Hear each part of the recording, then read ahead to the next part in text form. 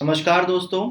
जैसा कि आपको पता है, हमारी जो चर्चा चल रही है लगातार राष्ट्रपति और उपराष्ट्रपति के मुद्दे पर चल रही थी और हमने बहुत सारे जो सवाल हैं राष्ट्रपति और उपराष्ट्रपति के मुद्दे पर किए हैं।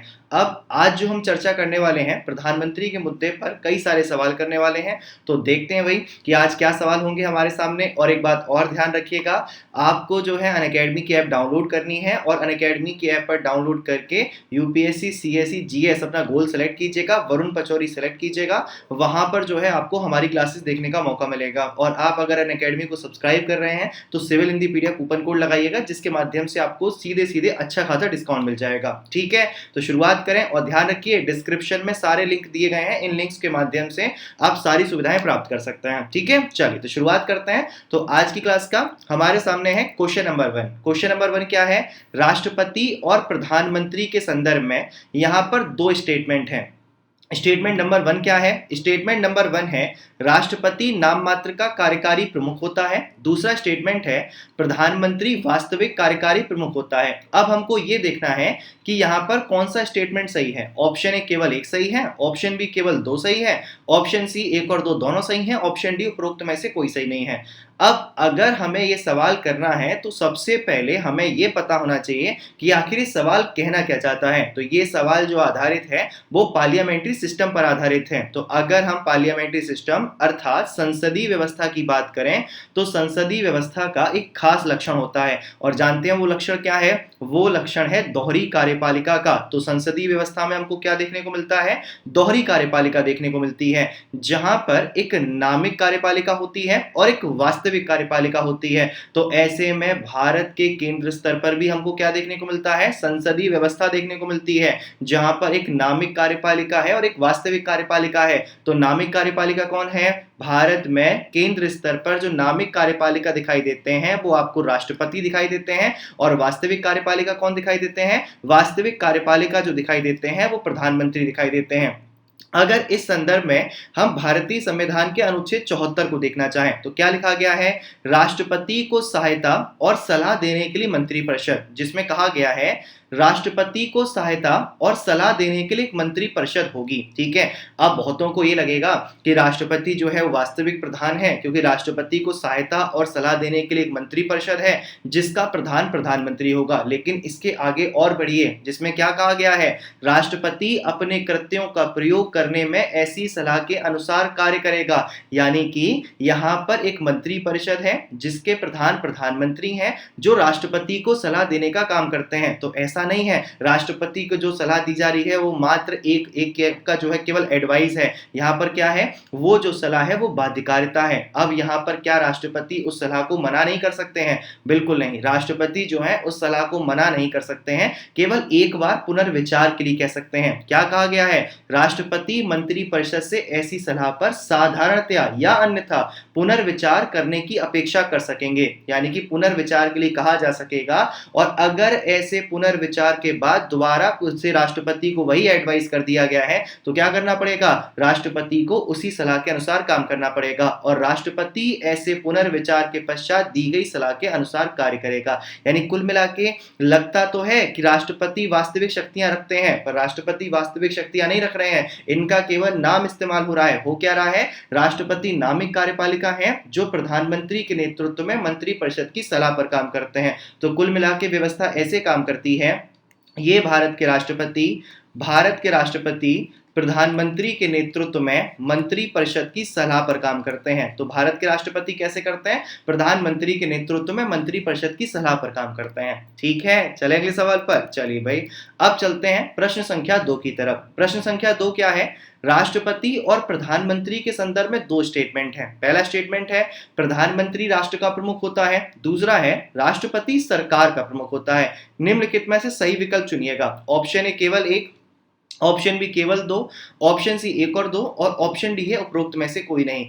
अब एक बात बताइए, हमने जो है अभी पिछले ही दिनों कई सारे सवाल राष्ट्रपति पर किए थे। हमने वहां पर बार बार डिस्कस किया था भारत का राष्ट्रपति भारत का राष्ट्राध्यक्ष होता है। तो क्या ऐसे में प्रधानमंत्री राष्ट्र का प्रमुख है? प्रधानमंत्री राष्ट्र का प्रमुख नहीं है। राष्ट्र का प्रमुख कौन है? राष्ट्र का जो प्रमुख होता है वो भारत का राष्ट्राध्यक्ष अर्थात भारत का राष्ट्रपति होता है। तो पहला स्टेटमेंट तो आपका रॉन्ग हो गया। अब आ जाइए दूसरे स्टेटमेंट की तरफ। तरफ राष्ट्रपति सरकार का प्रमुख होता है। अब एक बात बताइए, जैसे अगर हम केंद्र सरकार की बात करते हैं तो केंद्र सरकार कहां से बनती है? केंद्र सरकार बनती है आपकी लोकसभा के माध्यम से, यानी कि जिसकी लोकसभा में बहुमत होता है वो क्या करता है? वो अपनी सरकार बनाता है। ठीक है, अब लोकसभा में बहुमत किसका होगा? प्रधानमंत्री का, वो अपनी सरकार बनाएंगे। तो ऐसे में सरकार किसकी बन रही है? प्रधानमंत्री की। दूसरा, अब ये बताइए, जैसे हमने आर्टिकल 74 डिस्कस किया था, राष्ट्रपति को सहायता और सलाह देने के लिए मंत्रिपरिषद है। सरकार कौन? मंत्रिपरिषद। अब मंत्रिपरिषद का प्रधान कौन है? मंत्रिपरिषद का जो प्रधान है वो आपका प्रधानमंत्री है, ना कि राष्ट्रपति। यहां पर कैसे काम किया जाता है? यहां पर काम ऐसे होता है, भारत का राष्ट्रपति प्रधानमंत्री के नेतृत्व में मंत्रिपरिषद की सिफारिश पर काम करता है। तो मंत्रिपरिषद का नेतृत्व किसके पास है? आपके प्रधानमंत्री के पास। इसलिए सरकार का प्रधान कौन है? सरकार का जो प्रधान है वो आपका प्रधानमंत्री होता है, ना कि राष्ट्रपति। तो दूसरा स्टेटमेंट गलत होता है और आपका यहाँ पर जो आंसर होगा वो डी होगा। ठीक है, चलेंगे सवाल पर। चलिए भाई, अब चलते हैं अगले क्वेश्चन की तरफ। क्वेश्चन नंबर है हमारे सामने तीसरा। क्वेश्चन है, निम्नलिखित में से प्रधानमंत्री की नियुक्ति कौन करता है? चार ऑप्शन है। ऑप्शन ए राष्ट्रपति, ऑप्शन बी लोकसभा निर्वाचन करती है, ऑप्शन सी लोकसभा अध्यक्ष, ऑप्शन डी है प्रधानमंत्री निर्वाचित होता है। अब बहुत सारे लोगों को तो ये लगने लगेगा कि भाई प्रधानमंत्री जी हैं, इनकी नियुक्ति वगैरह नहीं होती है, इनका निर्वाचन होता है। ऐसा नहीं होता है। होता क्या है? सबसे पहले भारत में लोकसभा के चुनाव होते हैं। ठीक है भाई, लोकसभा के चुनाव के बाद लोकसभा का गठन होता है। अब उसमें यह देखा जाता है कि भाई लोकसभा में किसका बहुमत है। जिसका लोकसभा में बहुमत होता है उसको प्रधानमंत्री नियुक्त किया जाता है। और प्रधानमंत्री कौन नियुक्त करता है? प्रधानमंत्री की नियुक्ति भारत के राष्ट्रपति के द्वारा की जाती है। अब सवाल यह है कि बहुत सारे लोगों को लगने लगेगा कि भाई यहाँ पर प्रधानमंत्री का अपॉइंटमेंट कौन कर रहे हैं? राष्ट्रपति कर रहे हैं। तो क्या राष्ट्रपति अपने मन से नियुक्ति कर रहे हैं? क्या आपने पूरा प्रोसेस देखा? ये क्या प्रोसेस राष्ट्रपति के मन से चल रहा है? नहीं, यहाँ पर जो नियुक्ति है वो राष्ट्रपति के मन से नहीं है, बल्कि ये देखा जाता है कि लोकसभा में किसके पास बहुमत है। जिसके पास लोकसभा में बहुमत होता है उसे प्रधानमंत्री नियुक्त किया जाता है। अब ऐसी स्थिति में क्या कोई आर्टिकल का रेफरेंस देखने को मिलता है? तो एक आर्टिकल है भारतीय संविधान का अनुच्छेद 75, जो हमको प्रधानमंत्री के अपॉइंटमेंट के बारे में बताता है। क्या कहा गया है? उसमें कहा गया है 75 के 1 में प्रधानमंत्री की नियुक्ति कौन करेगा? प्रधानमंत्री की नियुक्ति राष्ट्रपति करेगा। पर अब एक बात ध्यान रखिएगा, प्रधानमंत्री की नियुक्ति राष्ट्रपति तो करेंगे लेकिन अपने मन से नहीं करेंगे। ये देखेंगे लोकसभा में किसका बहुमत है। तो आगे से गलती मत कीजिएगा। आपने पता लगा प्रधानमंत्री के बारे में पूछा, आपने निर्वाचन लगा दिया। प्रधानमंत्री का निर्वाचन नहीं होता है, प्रधानमंत्री का अपॉइंटमेंट होता है और अपॉइंटमेंट करते हैं भारत के राष्ट्रपति। डन, अब तो कंफ्यूजन नहीं होगा। चलिए भाई, तो अब चलते हैं अगले क्वेश्चन की तरफ। क्वेश्चन नंबर है हमारे सामने चौथा। प्रधानमंत्री बनने के लिए क्या आवश्यक है? ऑप्शन ए, व्यक्ति केवल लोकसभा का सदस्य हो, ऑप्शन बी, व्यक्ति केवल राज्यसभा का सदस्य हो, ऑप्शन सी, व्यक्ति संसद के किसी भी सदन का सदस्य हो, ऑप्शन डी, केवल राज्य विधानमंडल के उच्च सदन का सदस्य हो। अब भाई साहब, यहाँ पर कंडीशन क्या होती है? जैसे हमने पहले क्वेश्चन में बात की थी संसदीय व्यवस्था की, और उस संसदीय व्यवस्था का एक लक्षण डिस्कस किया था, और वो लक्षण क्या था? दोहरी कार्यपालिका। इसी तरह से संसदीय व्यवस्था का एक लक्षण और होता है, जिसको हम क्या कहते हैं? जिसको हम कहते हैं दोहरी सदस्यता। यानी कि संसदीय व्यवस्था में हमको क्या देखने को मिलता है? दोहरी सदस्यता। अब भाई किस चीज की दोहरी सदस्यता? दोहरी सदस्यता यहाँ पर मंत्रियों के लिए होती है। यानी कि अगर हम केंद्र सरकार की बात करें तो जो भी व्यक्ति केंद्र सरकार में मंत्री के पद पर हैं उन्हें अनिवार्य और अंतिम तौर पर विधायिका की सदस्यता लेनी ही पड़ती है। यानी क्या करना पड़ेगा?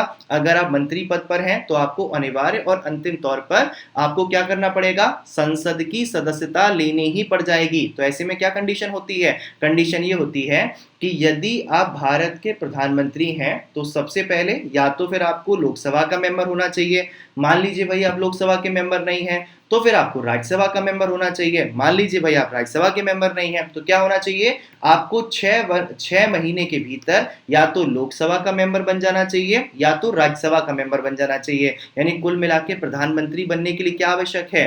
प्रधानमंत्री बनने के लिए जरूरी है या तो लोकसभा के मेंबर हो या तो आप राज्यसभा के मेंबर हो, और नहीं है तो 6 माह के अंदर बन जाएं। ठीक है, यानी कि एक ऐसे व्यक्ति को भी प्रधानमंत्री नियुक्त किया जा सकता है जो ना तो लोकसभा का मेंबर हो और ना ही राज्यसभा का मेंबर हो। बस शर्त कितनी सी है? इतनी सी शर्त है कि उसे 6 माह में क्या करना पड़ेगा, 6 माह में या तो लोकसभा का मेंबर बनना पड़ेगा या तो राज्यसभा का मेंबर बनना पड़ेगा।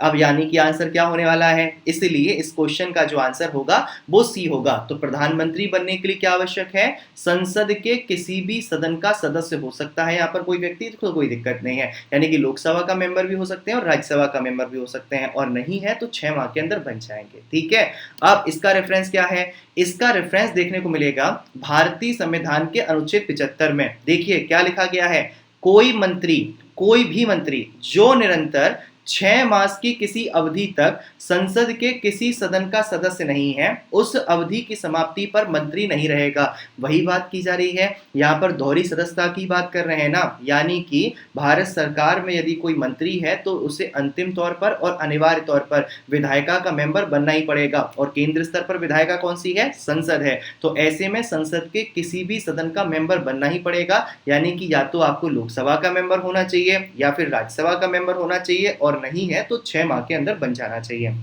ठीक है, चलिए भाई, तो अब चलते हैं अगले सवाल की तरफ। क्वेश्चन नंबर है हमारे सामने 5वां, भारत का प्रधानमंत्री मुख्य होता है राज्य सरकार का, केंद्र सरकार का, ऑप्शन सी राज्य और केंद्र सरकार का, ऑप्शन डी उपरोक्त में से कोई नहीं। अब एक बात बताइए, जैसे जब हम आर्टिकल 74 को डिस्कस करते हैं तो आर्टिकल 74 में क्या लिखा गया था, आर्टिकल 74 में लिखा गया था भारत का राष्ट्रपति प्रधानमंत्री के नेतृत्व में मंत्रिपरिषद की सिफारिश पर काम करेगा, हमने ये डिस्कस किया था। फिर ऐसे ही जब हम आर्टिकल 75 की बात करते हैं तो यहाँ पर क्या लिखा गया है, यहाँ पर लिखा गया है मंत्रिपरिषद लोकसभा के प्रति सामूहिक रूप से उत्तरदायी होगी। केंद्रीय स्तर की बात कर रहे हैं ना, किसकी बात कर रहे हैं, केंद्र स्तर की बात कर रहे हैं। इसी प्रकार से यहाँ पर हमने देखा कोई मंत्री जो निरंतर 6 माह की किसी अवधि तक संसद के किसी सदन का सदस्य नहीं है, केंद्रीय विधायिका की बात कर रहे हैं। अगर हम ओवरऑल देखने जाएं तो यहाँ किसकी बात कर रहे हैं, ओवरऑल हम केंद्र की बात कर रहे हैं ना। तो जब हम केंद्र की बात कर रहे हैं, इसके अलावा जब हमने आर्टिकल 74 डिस्कस किया था उसमें यह लिखा गया था कि भारत के जो राष्ट्रपति हैं प्रधानमंत्री के नेतृत्व में मंत्रिपरिषद की सिफारिश पर काम करते हैं भाई। तो ऐसे में ये मंत्रिपरिषद कहाँ की है, क्या राज्य की मंत्रिपरिषद है, नहीं है। ये मंत्रिपरिषद कहाँ की है, ये मंत्रिपरिषद केंद्र की मंत्रिपरिषद है। और प्रधानमंत्री क्या है, प्रधानमंत्री इस केंद्र की मंत्रिपरिषद के मुखिया हैं। तो ऐसे में प्रधानमंत्री जी किसके प्रधान हुए, केंद्र सरकार के कि राज्य सरकार के, तो प्रधानमंत्री किसके प्रधान होते हैं, केंद्र सरकार के। अगर हम राज्य सरकार की बात करें तो राज्य सरकार के प्रधान प्रधानमंत्री नहीं है, राज्य सरकार के प्रधान कौन है,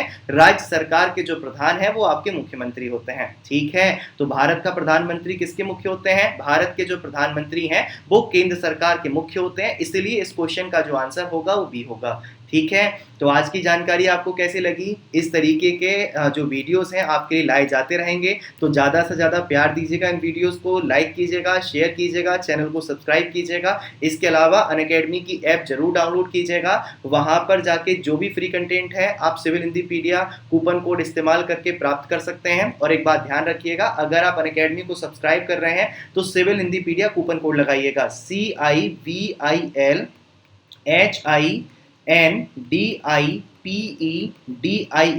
अगर आप सिविल हिंदीपीडिया कूपन कोड लगाएंगे तो आपको अच्छा खासा डिस्काउंट मिल जाएगा। ठीक है, तो फिर अगले वीडियो के साथ मुलाकात करते हैं। खुश रहिएगा, हंसते रहिएगा, मुस्कुराते रहिएगा और अपना ख्याल रखिएगा। धन्यवाद, थैंक यू सो मच, ख्याल रखिएगा।